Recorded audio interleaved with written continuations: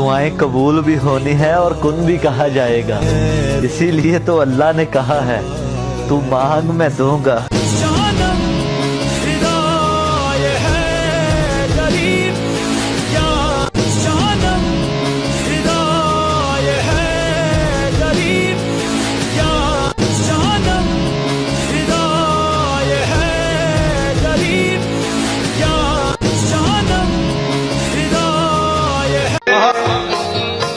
तो तुझे क्या बताऊं मैं राज़िदा, तेरे सामने मेरा हाल है।